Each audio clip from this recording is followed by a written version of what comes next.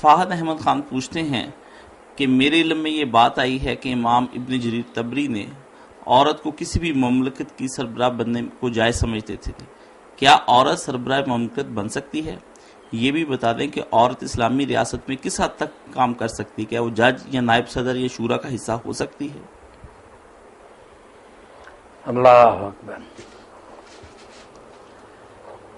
امام ابن جریر طبری رحمۃ اللہ علیہ اور ان جیسے لوگوں کے بارے میں جو کہا جاتا نا کہ وہ حاکم وقت بننے کے قائل تھے، تو لوگوں نے ساری چھان بین کے بعد کہا کہ یہ ساری نسبتیں غلط ہیں. انہوں نے صرف کہا کہ وہ ان معاملات میں قاضی اور جج بن سکتی ہے جن میں اس کی گواہی قبول ہے.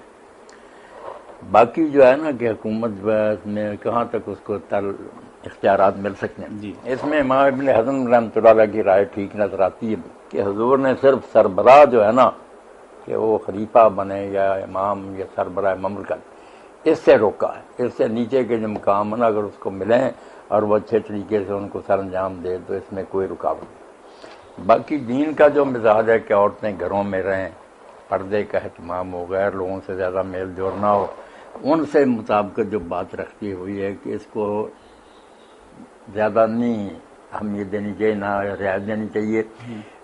استثنائی حالات میں اگر ایسا ہونا چلو کسی جگہ کوئی کام نہیں چلتا، ورنہ مرد جو ہے نا ڈگریاں ہاتھوں میں لیے بیکار پھر رہے ہیں، عورتیں گھروں کے کام سنبھالیں.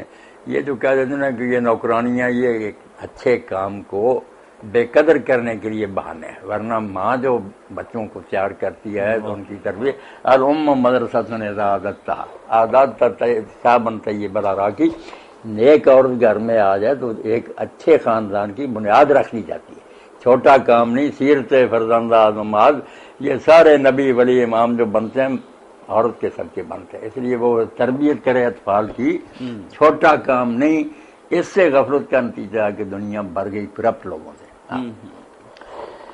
تو ماؤں کو زیادہ اس محاذ کی طرف توجہ کرنی چاہیے. باقی جائز ہونے کی حد تک ٹھیک ہے کہ خلیفہ وقت نہیں، باقی عہدے اگر ہوں تو لے سکتے. اس سے تو مولانا یہی ہے کہ ایسے بچے تیار کرے جو اس اسلامی ریاست کو صحیح طریقے سے سنبھال سکے. ہاں وہ ماں ہی حکومت کر رہی ہے. کر سکتی دراصل جو کہتے ہیں نا ہر کامیاب آدمی کے پیچھے کوئی عورت ہوتی، وہ یہی بات ہے کہ ماں ہوگی اچھی تو انشاءاللہ نا جوہر صدق و صفات و مہارت.